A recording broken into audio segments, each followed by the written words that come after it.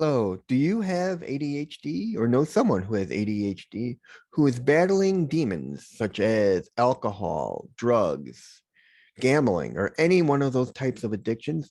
Well, come along with me down the rabbit hole while I talk with David Wyatt, who is an ASD neurodivergent life coach in England who's made it his life to turn his life around and help others in his own community. So why don't you come along with me, sit back, relax, and grab your favorite beverage, and I'll catch you on the other side. See you there.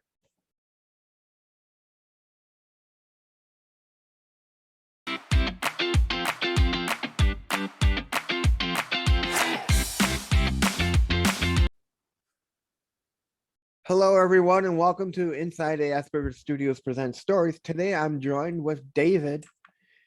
What is your last name, David? I totally blank out on it. Wyatt. Wyatt, David Wyatt, who is a autism, I guess you can consider him an autism coach who's helped people out, but he's really overcome a lot of obstacles in his life. So, David, welcome to the show. Thank you for having me. Lovely to be here, Reed.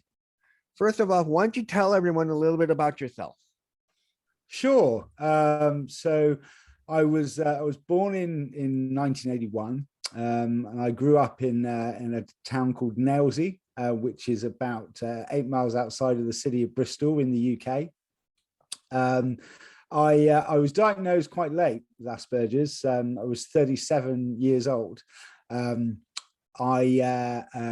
Well, I suppose to cut a long story short, I had real difficulty socializing, social skills when I was younger. I tried to sort of muddle my way through, spent most of my school years kind of getting out of the way. And as an adult, I always did very well work-wise. I grew a sales and marketing company, which I ran for about 13 years. But I'd never really addressed a lot of my own personal issues. I'd felt very lost in the universe for most of my life. And that really caught up with me when I was in my 30s. And I ended up getting to a point where I had a huge breakdown because I hadn't addressed a lot of the problems that were affecting me. I didn't really understand myself very well either. And I ended up being a drug addict for quite a long time. Tried to kill myself, and at which point then I decided that I was going to, I had one more round in me. And I remember saying something silly at the time, like, I'm going to give it 12 months and see if I can turn my life around. And I asked myself the question, I wonder what the best me might look like. And about that time, because I was really suffering from depression, I was encouraged to go to the doctors and then to various specialists and so on. And it was discovered that I had Asperger's and high functioning autism. And that's where my turnaround really began. I turned my life around. I helped my community, and now I coach others, not just with Asperger's and autism, but I help others achieve their dreams. Very interesting. Now, what did you attribute to overcoming all your addictions? If I'm honest, it wasn't. It was having purpose in my life. I realized that when I was after I had when I had my breakdown, I was so unhappy with myself that I pushed all responsibility away. I pushed all responsibility away, and eventually my world sort of collapsed in on me. Or certainly that was the way I viewed it at the time. And once I took responsibility for myself and I understood myself better and I changed the way in which I saw my world, and I learned a lot, and I orientated myself differently, I found that it was the things that I saw as impossible to overcome became easy. I didn't have the time or attention for them anymore. I was no longer escaping. I was a man with a plan, so to speak. and obviously I can go more into detail of how I sort of habits I changed, and the way I remapped my mind in order to orientate myself better, which I'm sure we'll get to later. But really, I realized that human beings like to lift a load. You know, we like responsibility, but we have to choose it. You know, we have to choose it. And when I understood myself better, and I found something that I wanted to do more than I wanted to sleep, then it was much easier for me to achieve what I wanted to achieve. I suppose as an example that might resonate, if you want to go to the gym and you say to yourself, you know what, I'm really not very happy with my physical fitness, I'm going to go to the gym. You might do what most people do, which is they go to the gym, they hammer it and go every day for about 2 months, and then they pay for the gym subscription for the rest of the year and barely go, you know? Yeah. Because you're going just to try and improve yourself. But say, for example, you wanted to swim the English Channel, or you wanted to achieve a particular sporting feat, and you needed to be fit in order to do that.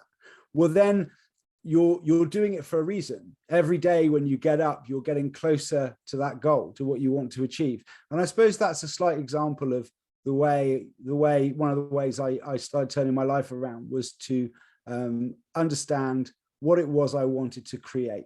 You know, what did I want to be remembered for? What were my goals and ambitions and dreams, and what would it take to get there? And on that list, well, you can't achieve that if you're a drug addict. So it's got to go. Bravo on you. I mean, not a lot of people can say they've battled their demons and literally turned their life around. Thanks. It was a tough run, but at the same time, and again, like when you go to the gym, you might go and you've only been 3 times, and you might not be in the physical condition that you want to be in or that you visualize for the future. But man, you feel good about yourself. Yes. You feel your body aching a bit and you feel good. And so it was difficult, but equally, there was also a lot of pleasure to be had on that road. I know that feeling. I mean, when I was younger, I used to go to a weightlifting class, and you'd feel it after a day or so. You start feeling your muscles start to ache and stuff. And you tell yourself that's a good ache. It's not a bad ache. You're improving your body, not deproving it. Yeah.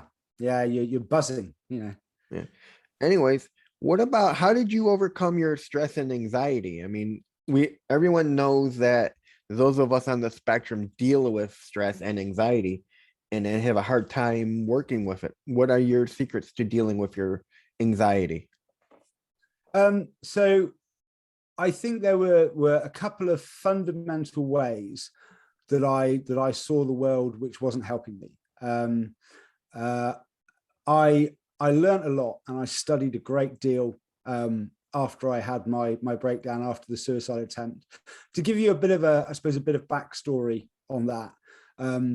When I was at school, for example, I knew I was different. I found it, I wouldn't be having this conversation now. You know, I wasn't non-verbal, but it was very, very stressful trying to make friends. I was very conscious of how I would be perceived. Every time I tried to start a conversation, I felt that it went badly, you know, and I saw it might not have been true, and I'm sure it wasn't, but I saw the world as laughing at me. And I was bullied quite heavily in school. And so because I was, you know, it was socially awkward, I'd made myself an easy target. And to give you an example, when I was at school, we had library passes with yellow laminated cards. And ironically, I would use the door locks weren't very good, and I'd use my library pass to jimmy the lock on the library door just so I could get in and hide away. You know, there was a computer in the corner, and I would hide away when the library wasn't open, where no one could see me. And I'd use the computer because I was interested, and I knew that if I was in there, well, then I wouldn't get beaten up. And so I spent pretty much all of my school years just trying to get out of the way and avoid any, you know, communication with people. Naturally, that only allowed my anxiety and stress just to build up and build up over time. But as I got older and as I really started hammering the books and started learning, I started to change the way I looked at the world. And there were a couple of big kind of fundamental changes that came out of that. One of them was that I started taking responsibility for everything myself. So I realized that it wasn't my circumstances, it wasn't the world around me that was the problem. It was the way I saw it, because I realized that there isn't really, we all have our view of the world. We all have our perceptions. And really it's, we're all very unique, and our view of the world is very, very different. Everyone's view of the world. I mean, you could almost argue that there's a separate world for each of us, and I realized that when I was feeling anxious and stressed,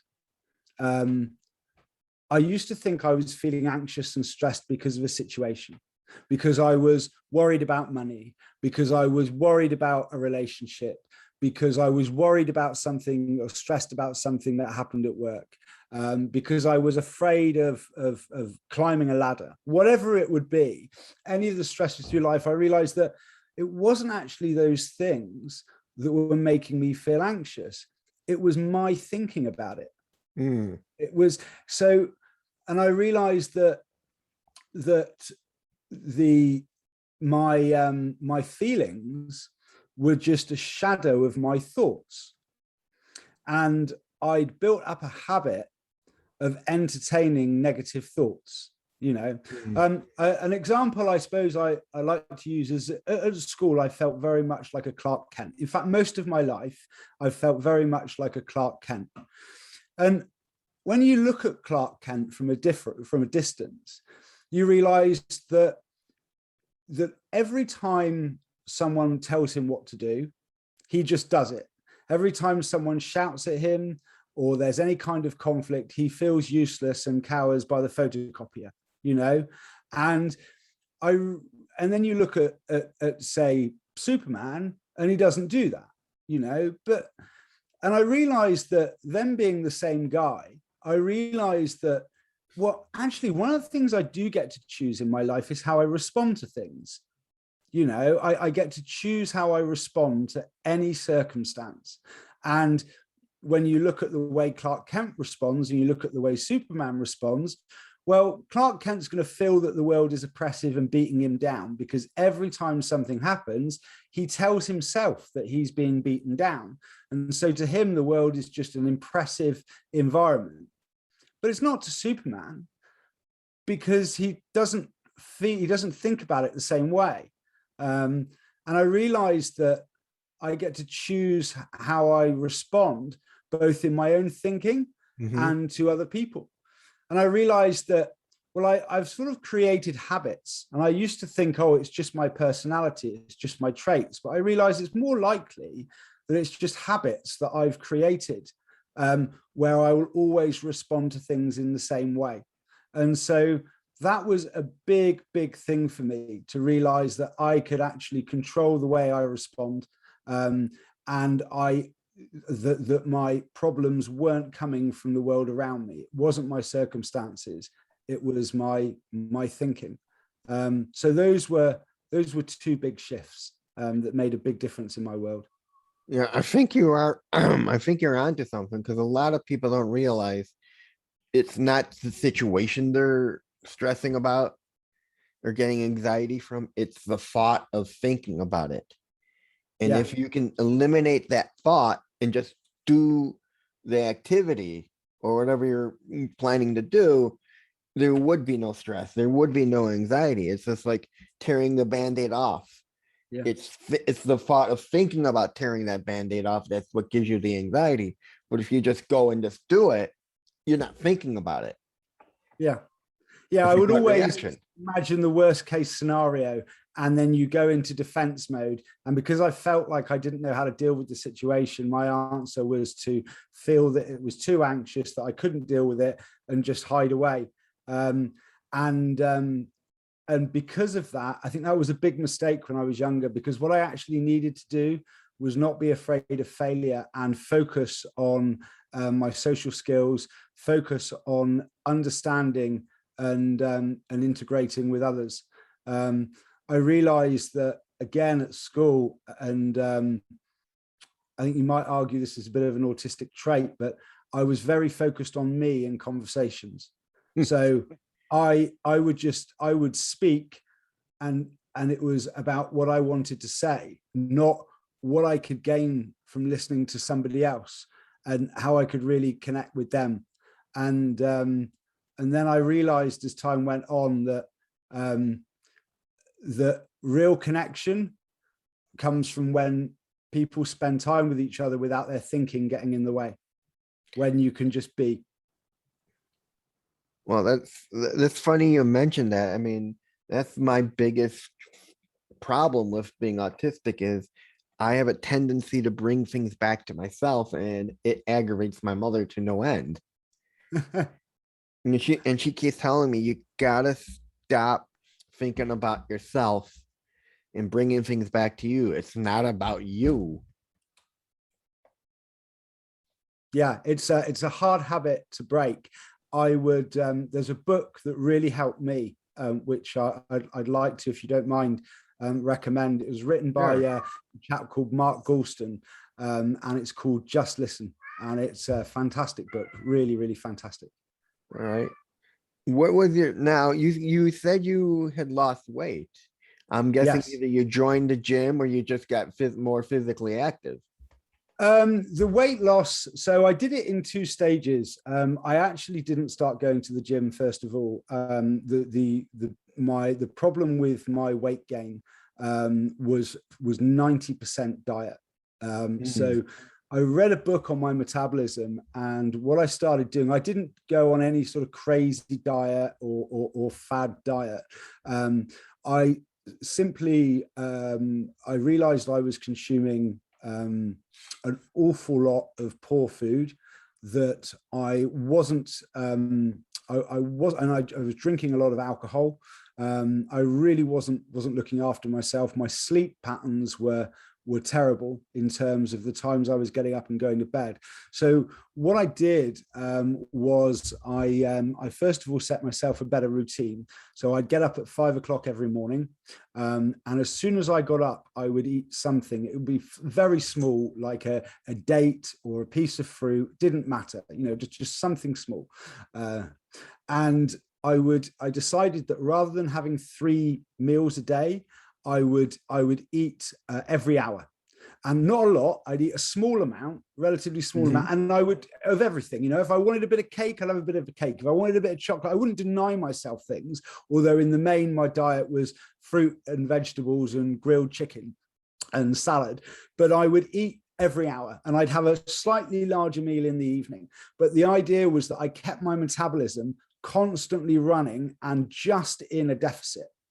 So I'd be up at 5, my metabolism would start early, and I'd get a good night's sleep at night. And I found that by grazing and eating every hour, but not denying myself anything, you know, I would avoid junk food, you know, I would avoid junk food. But I wouldn't sort of say, oh, I'm not eating any carbs, or I'm not eating any, I wouldn't cut out any food groups. And after doing that for about a week and a half, it was like a switch being flicked. The weight just flew off me, absolutely flew off. But I didn't feel hungry either, because I was eating every hour. So I you know, just not huge quantities. So I didn't actually feel hungry at any point. And once I'd lost a considerable amount of the weight, I then decided to really start exercising more and going to the gym. I think when I started losing weight, I found exercise really difficult. You know, it was really tough. So I lost a bit of weight first, and I was doing a lot of learning. I was focusing on other things. And then I went down from about 16 stone to about 10 and a half stone. And that was really quickly. I mean, this is in a period of about 8 months. And it just flew off. and then I started exercising. And by that point, I had a really good sleep routine. I had a good habit with food.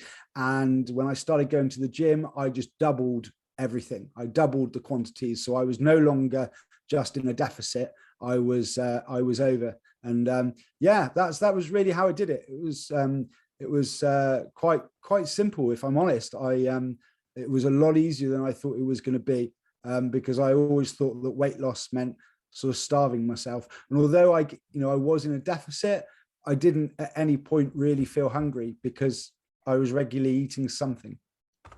Now, would you recommend to everybody that before they even start dieting or trying to figure out how to lose weight, to figure out what kind of metabolism they have and read about it so they know what they're doing?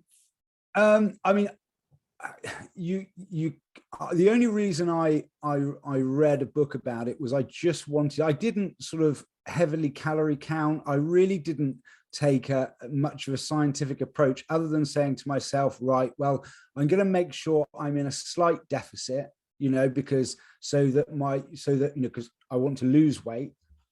But I'm not. I made a point of the book just really pointed out to me that if I get up in the morning and I don't eat for another 4 hours, that my body is going to be in fat store mode. And I figured that, well, if I just kept my metabolism running all the hours I was awake efficiently, then it wouldn't have an opportunity to store fat.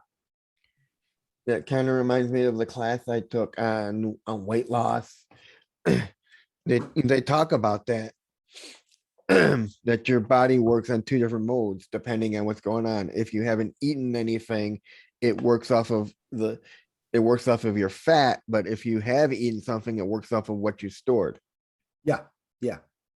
So have you figured out what your set weight goal is, what your body's weight goal is, what it is? So I set myself a 14 stone goal. I wanted to go up to 14 stone.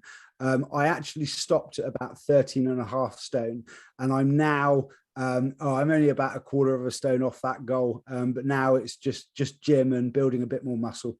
So I'm not far off it. I've been quite comfortable with my weight for quite a while now. I exercise a lot, and now I go out and I paddleboard quite a lot in the sea. I go to the gym quite regularly. I've been really comfortable with it for a while. It's not really something I think about as much now, but I love having the energy made such a difference, and I now have so much more energy, and I can play with my son, and he gets tired out before I do, so that's good. Now, I have to say, I love your quote that you wrote on your matchmaker.fm. Learn to love failure and see it as part of your growth. I mean, that is so true to words, because failure is nothing but a part of your growth in your life. I used to see failure as a negative, and I almost strive for failure now, because I realized that when people say, oh, well, see failure as part of growth, I initially used to interpret that as, well, you're not always going to get it right, and sometimes it's going to go wrong, and just brush yourself down and carry on. And that was the way I used to see it. But I don't see it that way anymore. I see it on another level again, where actually I want to fail, because I've never learned anything from getting things right. Because most of the time, if I get something right, it's just luck. It's worked out that way. But when I get something wrong, or it doesn't work quite the way I've expected, and I must admit my view on expectations are different now as well, but for sake of this, when it doesn't work out the way I'd expected or had hoped, then I learn something every single time. I struggled, as I mentioned earlier, I struggled socially, I struggled making friends, I would struggle with romantic partners, things like that. And but I realized that actually confidently showing up as me and not being afraid to fail. Each time I had a conversation, each time I interacted with somebody, each time I attempted to do something that I felt I was too anxious to do, now that anxiety I feel as excitement. As my anxiety to me now is my body's way of telling me that I'm living life, that I'm about to discover something within myself, and I'm about to learn something. And I love getting things wrong. You know, I have this saying now where I say I collect the no's, a bit like in sales. You know how many wins you've made based on the number of no's you've got. You know, and I do actively. I like failures. I love them because I learn so much more. And if I'm very much open to fail, then long term, I'm going to develop myself far, far more than someone that gets it lucky often. And that's so true. I mean, if you think about it, failure is nothing, just a part of life. People, instead of putting your hopes high, people should aim for the failure. In this way, they're prepared. If something goes wrong, they don't get themselves crushed or hurt. And if it goes right, they can be happy. Yeah, I mean, I don't have expectations of an outcome in the same way I used to. I mean, obviously I plan things and there are things I work towards, but I think very often in life, we can expect something to go a certain way. And if it goes that way, well, that's good. It went that way. We were expecting it. But if it doesn't go that way, we can be crushed, shattered. We can be put off doing it again. And I think a lot of that is how we approach it. I mean, this may sound silly, but here's one way I got over my fear of failure. I went into one of the largest supermarket chains in the UK. So I guess the equivalent in the US would be something like Walmart, right? So you went to Sainsbury. There we are. That's exactly, that's exactly which one I went. You could have chosen one out of the 4 big ones and you got it. Yeah, well, the only 2 I'm familiar with are Sainsbury and Asda. There we are. So Sainsbury's, it's exactly the one. It's brilliant. I went to Sainsbury's and I haggled with the checkout assistant over the price of an item. Now, that I didn't realize you could do. You can't do it. They have a very strict policy. You know, they're not going to give you a discount. And I knew that before I went in, but I decided to do it anyway. And the reason I did it is so I would feel comfortable failing. Oh, and I knew that, as I say, it was very, very unlikely I would get a discount. But I knew that people might be looking at me in the store and think, what are you doing? But it was so I could feel comfortable failing. And I look at life that way now. You know, I'm happy to fail because I don't have expectations one way or the other. As you know, and I realized that by not having expectations, I get to learn, which is something that I closed myself off from doing before. Very good. Now, I know you had said this earlier. Where did you grow up? I grew up in Nailsea, which was a pretty small town, which is about 8 miles outside of the city of Bristol. All right. Yeah. What motivates you, inspires you, and drives you? I think now, as a coach, what motivates me is changing the way, helping people change the way they show up and see their world. You know, I help people that overcome problems with self-confidence. I help them overcome relationship problems. I ran a marketing company for 13 years, and I help entrepreneurs and small business owners be better leaders and grow their business. All right. What's the best compliment you've ever gotten? The best compliment? Oh, that's a good question. I think, if I'm honest, when I really turned my life around and worked helping my community, I realized that here in the UK, we like an underdog. And there was a time where I was a drug addict where you would cross over the other side of the road if I was walking towards you, you know, Yeah, excuse if you hear lots of meowing. I apologize. That's my one of my cats in the background. But I had a lot of people at that point come up and say, you know, wow, you've really turned your life around, and that reinforced, that made me feel of value in society again, and that propelled me forward. You know, my community watched me fall, but equally they watched me rise up again. Yeah, I think you know, we like an underdog, and I did feel like the underdog that came good. All right. What's your biggest failure and what did you learn from that experience? My biggest failure.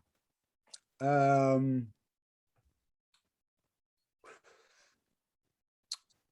mean, I've had quite a few. I think probably my biggest failures, divorce. That was quite a big failure.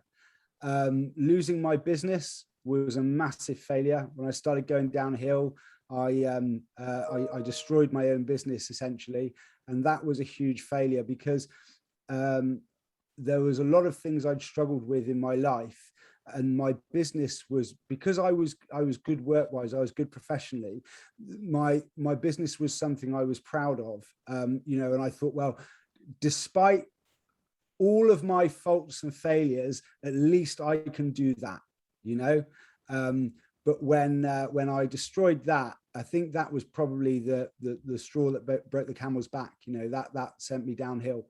And what I learned from that is that if I keep doing what I've done, I'll only get what I've got. If I don't address the issues that I have, if I keep looking for escapism all the time and I don't work to develop myself, it's never going to get better. It's always going to get worse.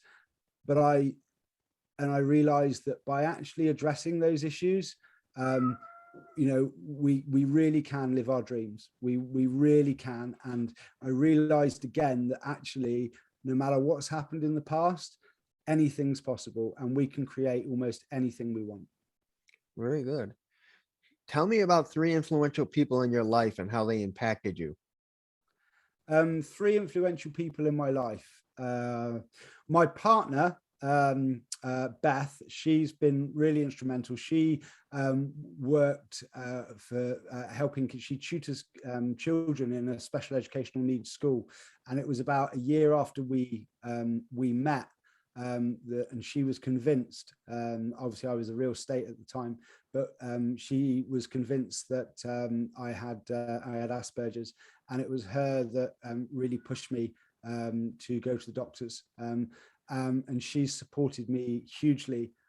So she's definitely one. Another would be when I was really trying to put my life together. I listened to a lot of works by Jordan Peterson, Canadian professor, and he watching his videos, reading his books, made a huge difference in my life. It really did. I remember emailing him and just saying how grateful I was for the difference he made. Yeah. All right. What makes you feel inspired or like your best self? Doing what I love. I used to kind of chase money, you know. I was very kind of, well, I need to make money, and everything I did was about, okay, well, I could do this work, I can do that work, and I was constantly trying to make money. And I stopped looking at money as something to be obtained, and rather looked at what I love to do as being what I should attain. You know, what do I want to give to the world? How can I serve the world? That was what I chose to obtain. And money is a tool, you know, and that made a big difference in my life. Now I realize that I'm not trying to earn money. I'm trying to do what I love and serve the world powerfully as I can. And you know, obviously financially rewarded for doing so. Yeah, that made a big difference. All right, finish this sentence. I'm at my best when.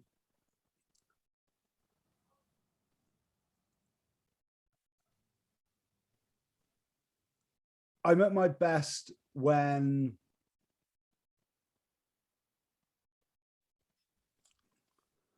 I show up fully in the world, All right. when I'm Now, me. all right. If you can turn back time and talk to your 18-year-old self, what would Yeah. you tell him or her about where you are now in life? Sort of, what advice would I give, do you mean? Yeah. Don't be afraid of failure.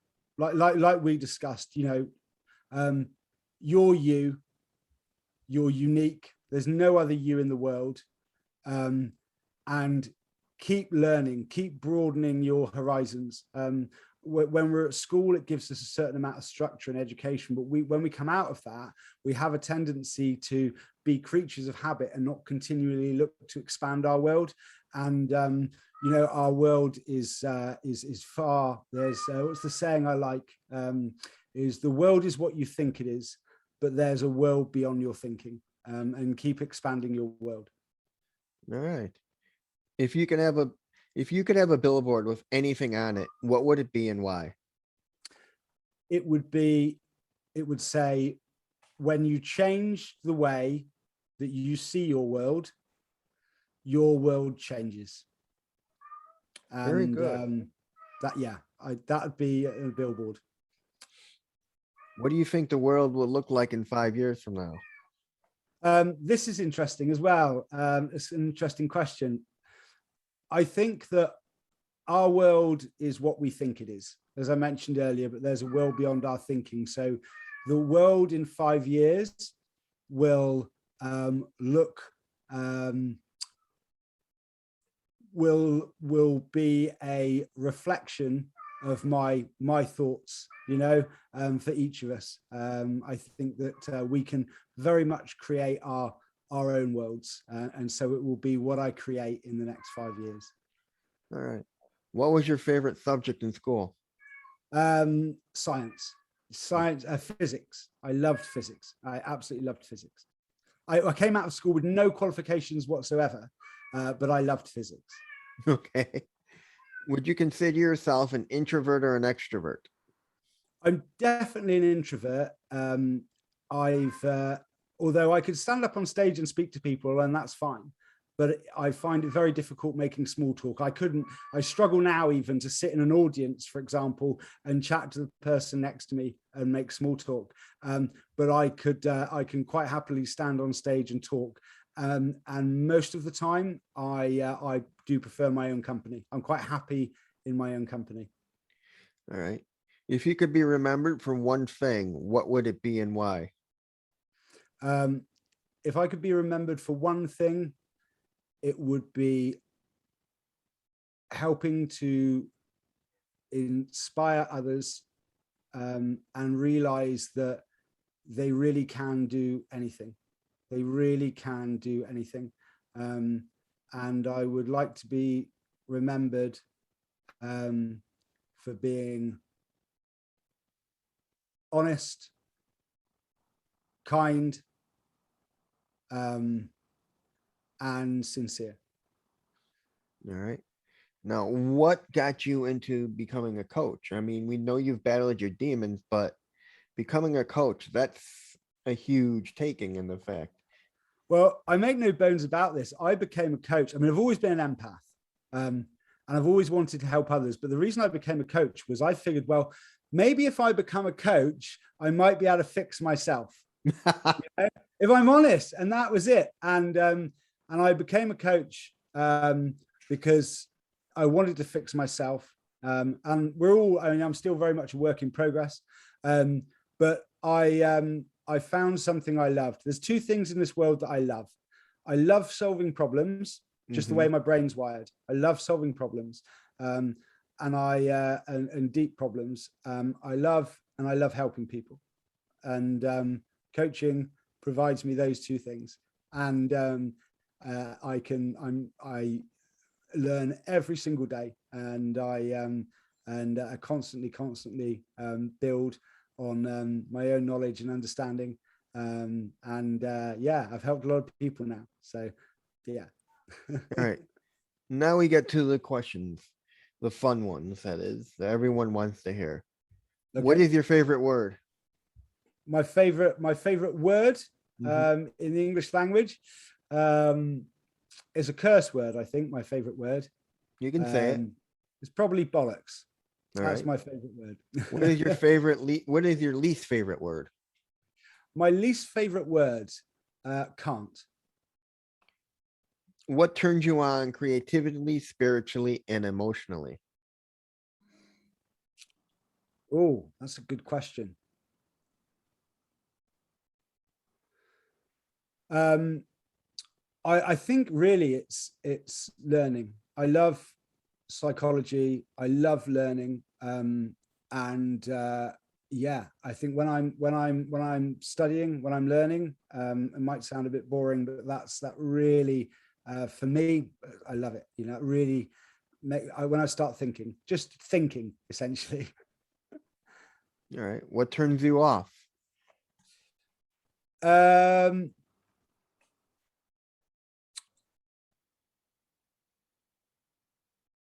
oh, that's a really good question. That's a really, really good question.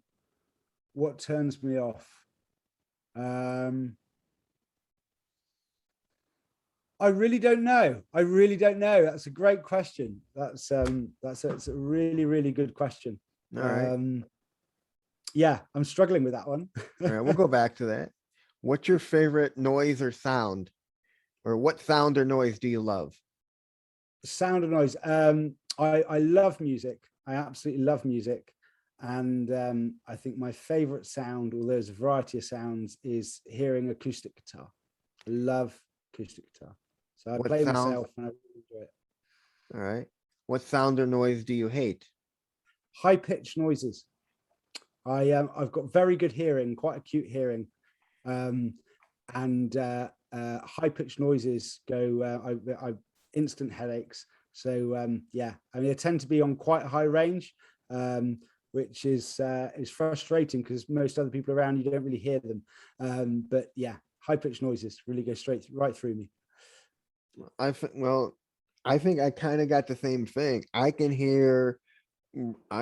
have exceptional hearing, and I've been told by two hearing doctors that for someone my age, my hearing is like superb.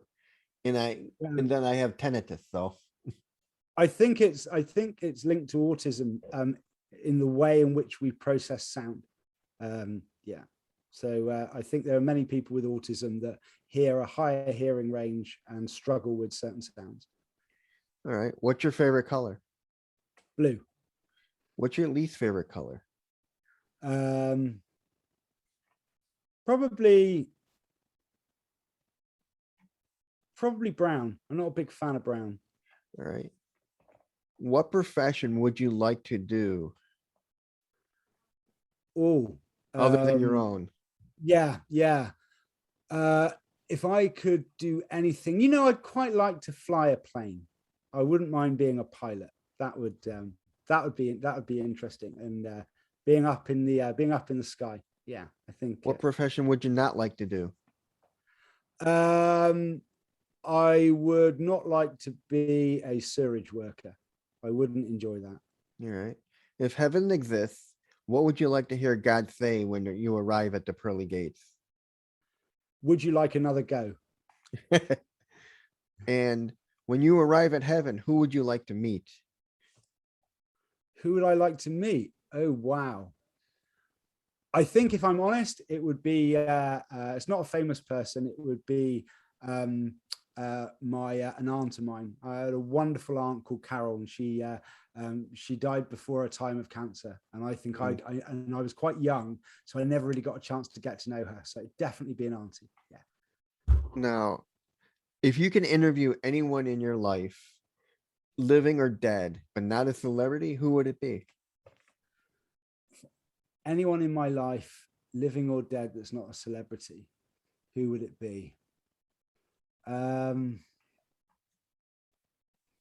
Oh, that's a tricky one. You immediately think of celebrities you'd like to interview, but when that's off the cards, interview anyone in my life that's not a celebrity. Um, I'm stumped. I'm not doing very well at these questions, am I? That's the second one I've come across that I'm stumped. Probably be my grandfather. Yeah, All would right. probably be my grandfather. And finally, what books do you recommend my audience read? Oh wow. I think some of the books I've really I've really enjoyed or I've just seen as great books that have offered a lot of insight. One would be, I mentioned earlier, Jordan Peterson, 12 Rules for Life, which is his first book. I recommend that. There's another book I love, although it's a very, very hard read and it's quite an emotional read, which is The Gulag Archipelago by Alexander Solzhenitsyn. I mentioned earlier Just Listen by Mark Goulston, and I forget the author, but there's a book called the Inside Out Revolution, which is all about how, you know, our mindset and how we view the world. So I forget the author of that. And anything by Michael Neal. He wrote some fantastic books. And finally, where can people find you on the web? So my website's davidwyatt.uk. Or if you're on Clubhouse, I'm there quite regularly. So come and say hello. And that's it, folks. David Wyatt, life coach for those on the spectrum in the UK. One hell of a great guy. And stay tuned next week where I talk with Dr. Ned Hallowell, ADHD expert. That's it. Thank you for being on the show, David. Thank you for having me, Reed. Pleasure. Not a problem.